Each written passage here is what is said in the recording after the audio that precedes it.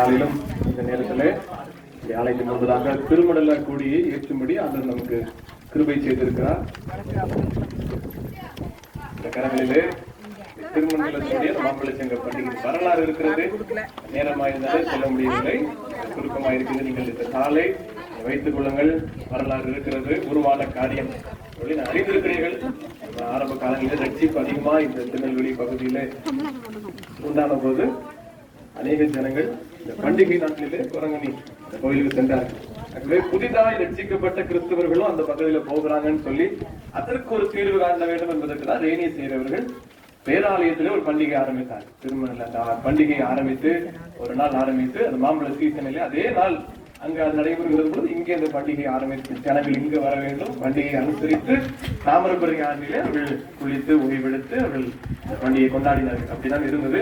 நாளடைவில் அதுக்கு பின்பதாக 2 நாளாக மாறி 3 நாளா இருக்கு. திருமண்டல பண்டிகையும் அதோடு சேர்த்து நம்ம கொண்டாடி கொண்டிருக்கிறோம். அந்த வரலாறு இருக்கிறது. நீங்கள் வீட்டில் சென்று அதை வாசித்து கர்த்தரை மகிமைப்படுத்தும்படி தேவனை மகிமைப்படுத்த நாம் கடமைப்பட்டிருக்கிறோம். ஆகவே இப்பொழுது நாம் ஜெபித்து நம்ம இந்த கொடியை ஏற்றுவோம். அதுக்கு முன்பதாக வேத பகுதி சங்கீதம் 74 சங்கீதம். தேவனே, நீர் எங்களை எந்தெந்தைக்கும் ஏன் தள்ளிவிடுகிறீர்? உமது மேய்ச்சலின் ஆடுகள் மேல் உமது கோபம் ஏன் புகைகிறது? நீர் பூர்வ காலத்தில் சம்பாதித்த உமது சபையையும் நீர் மீட்டுக் கொண்ட உமது சுதந்திரமான கோத்திரத்தையும் நீர் வாசமாயிருந்த சீயோன் பர்வதத்தையும் நினைத்தருளும். நெடுங்காலமாக பாழாய் கிடந்த ஸ்தலங்களில் உம்முடைய பாதங்களை எழுந்தருள பண்ணும். பரிசுத்த ஸ்தலத்திலே சத்துரு அனைத்தையும் கெடுத்து போட்டார். உம்முடைய சத்துருக்கள் உம்முடைய ஆலயங்களுக்குள்ளே கெர்ச்சித்து தங்கள் குடிகளை அடையாளங்களாக நாட்டுகிறார்கள். கோடாலிகளை ஓங்கி சோலையிலே மரங்களை வெட்டுகிறவன் பெயர் பெற்றவன் ஆனான். இப்பொழுதோ அவர்கள் அதன் சித்திர வேலைகளை முழுவதையும் பாட்சிகளாலும் சம்மட்டிகளாலும் தகர்த்து போடுகிறார்கள். உமது பரிசுத்த ஸ்தலத்தை அக்கினிக்கு இரையாக்கி உமது நாமத்தின் வாசஸ்தலத்தை தரை மட்டும் எடுத்து அசுத்தப்படுத்தினார்கள்.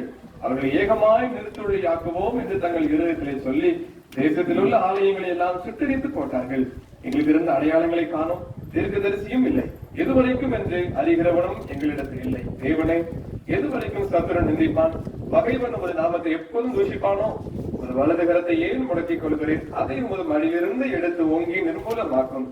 பூமியின் நடுவில் ரட்சிப்புகளை செய்து வருகிற தேவன், பூர்வ காலம் முதல் என்னுடைய ராஜா. ஜெபம் செய்வோம். அன்பின் கர்த்தாவே, இந்த வேளையிலும் எங்கள் திருச்சபையாக சமூகத்தில் கூடி வரும் கிருபைகளை தந்திருக்கிறீர். ஸ்தோத்திரம். எங்கள் திருச்சபையை உருவாக்கினதற்கு ஒரு நோக்கம் உண்டு. எங்கள் திருமண்டலத்தை கர்த்தர் உருவாக்கினதற்கு ஒரு நோக்கம் உண்டு. அதை எண்ணி பார்த்து கர்த்தருக்கு நாங்கள் நன்றி செலுத்துகிறோம்.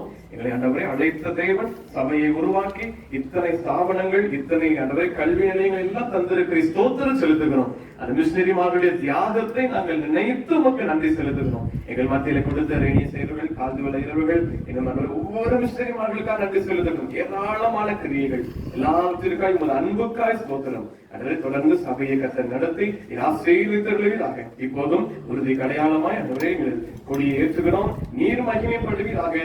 நீரை ஆசீர்வதி சபையை வழி நடத்தும். இயேசுவின் நாமத்தில் பிதாவே, ஆமென். நம்முடைய அவர்கள் கொடியை ஏற்றுவார்கள். தொடர்ந்து நம்முடைய கரங்களில் இருக்கிற கொடி பாடலை ஆரம்பிப்பார்கள்.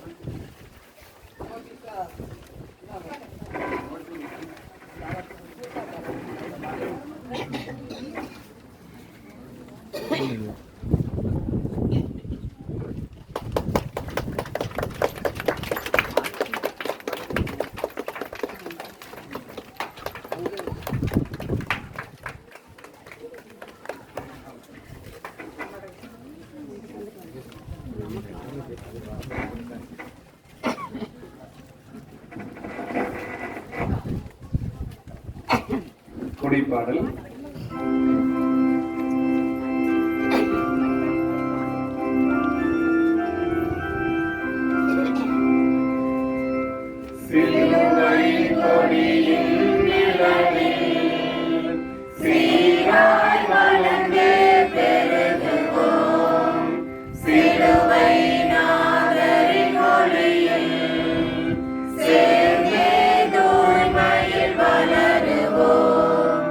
See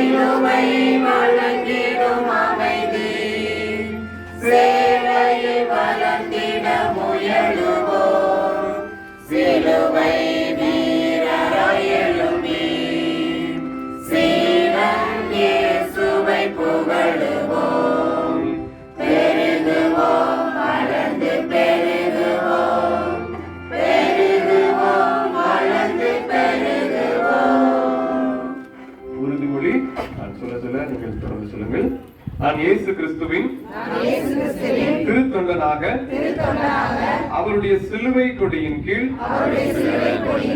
தூய ஆவியின் நடத்துதலுக்கு உட்பட்டு சமாதானத்திலும் தூய்மையிலும் ஒளியிலும் வளர்ந்து பெருகி அவருக்கே சாட்சியாக இருப்பேன் என்று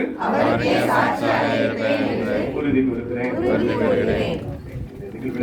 எல்லாரையும் வாழ்த்துகிறேன். நாம் ஜெபித்து நிறைவு செய்வோம். அன்பின் கர்த்தாவே, இந்த நாளிலும் எங்கள் ஆலயத்தின் முன்பகுதியில திருமண்டல கொடி ஏற்றுமொழி கிருபை கொடுத்து என்றும் கிறிஸ்துவின் கொடியை நாங்கள் நிலைநாட்டுறோம். அந்த வாழ்வை வாழ எங்களுக்கு உதவி செய்யுங்க. பரிசுத்தமும் ஒருமைப்பாடும் அதுவே எங்களுக்குள் காணப்படணும். சபையை கர்த்தரை நடத்துவதாக தலையாகிய கிறிஸ்துவுக்குள் நாங்கள் நிலைத்திருந்து மிகுந்த கனிகளை கொடுக்க வேண்டும். இந்த கனிகளை பார்க்கிற ஆத்துமாக்கள் கர்த்தரை பற்றி கொள்ள முடியாத கிருபைகளை தாரும்.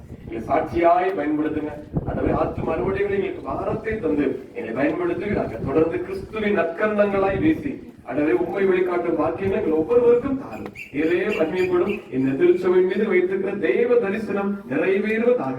அதுவே கர்த்தருக்கு சித்தமானால் அடுத்த மே மாதத்திற்குள்ளாக எங்களுடைய புதிய ஆலயங்கள் நாங்கள் கட்டி பிரதிஷ்டை செய்து அங்கு கர்த்தரை நாங்கள் உயர்த்தும் வாக்கியங்களை எங்களுக்கு தருவீராக. உமது பிரசனம் எங்களோடு கூட இருந்து காரியங்களை வாழ்க்கை செய்யட்டும். இதே மகிமைப்படும் ஒவ்வொருவரையும் வறுமையாக்கி ஒரு பாதப்பட அர்ப்பணிக்கிறோம். நீர் பெருகும் நாங்கள் சிறுகவும் வேண்டும். இயேசுவின் நாமத்திலே ஜெபிக்கிறோம் நல்ல பிதாவே, ஆமென். கர்த்தராகிய இயேசு கிறிஸ்துவின் கிருபையும் பிதாவாகிய தேவனுடைய அன்பும் பரிசுத்த ஆவியானவருடைய ஐக்கியம் நம் அனைவரோடும் கூட எப்போதைக்கும் இருப்பதாக. ஆமென்.